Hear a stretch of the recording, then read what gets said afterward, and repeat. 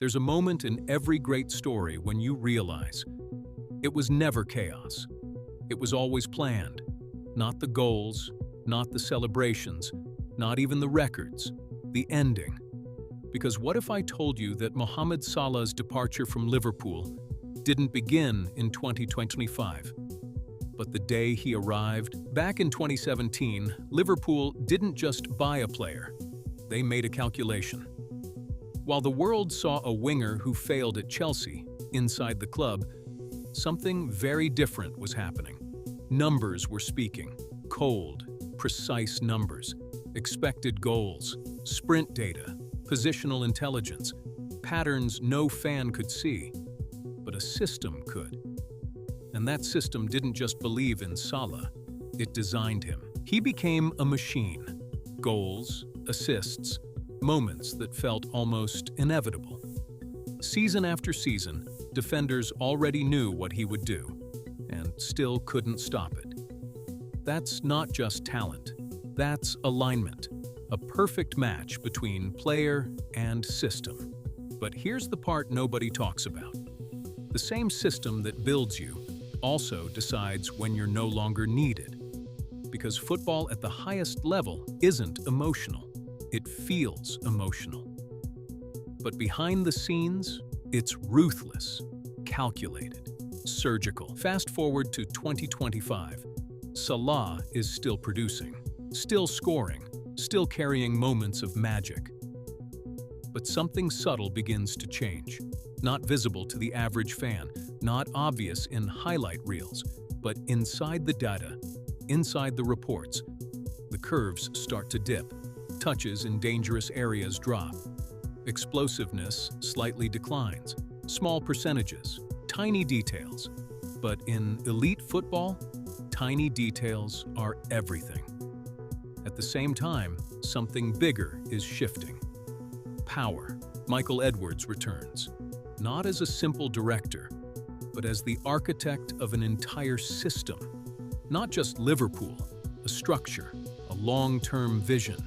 Sustainability, control. And suddenly, Salah is no longer just a player. He's an asset, a very expensive one. With a contract running down and massive offers from Saudi Arabia floating in the air, the situation becomes dangerous. Let him go for free, and the club loses tens of millions. Keep him without a plan, and he becomes a financial weight. So what do? You don't react. You prepare. The contract renewal in 2025 looked like loyalty, like commitment, like love between a club and its legend. But behind the cameras, it was something else. Positioning. Because once Salah signs, the power shifts back to the club. Time is no longer against them. It's working for them. Then comes the real turning point. A new manager, a new philosophy. Arne Slot steps in with a clear message. No more untouchables. No more system built around one star. Just the system. Rotation begins. Slowly at first, then more aggressively. Salah isn't dropped overnight. That would cause chaos. Instead, his role is quietly reduced. Minutes managed. Influence diluted. And this is where psychology takes over, because the most dangerous moment for any superstar isn't when they decline. It's when they feel disrespected. December 2025, a 3-3 draw. Salah spends long periods on the bench, and then he speaks. Not carefully, not diplomatically, emotionally. He says the club is trying to make him the problem, that someone doesn't want him there. And in that moment, everything changes. Because now, it's no longer about data, it's about perception. And perception is the real battlefield. The narrative begins to shift, slowly but effectively. Pundits start questioning him. Is he still adapting? Is his salary justified? Is he putting himself above the team? The same fans who once saw a king now see a dilemma.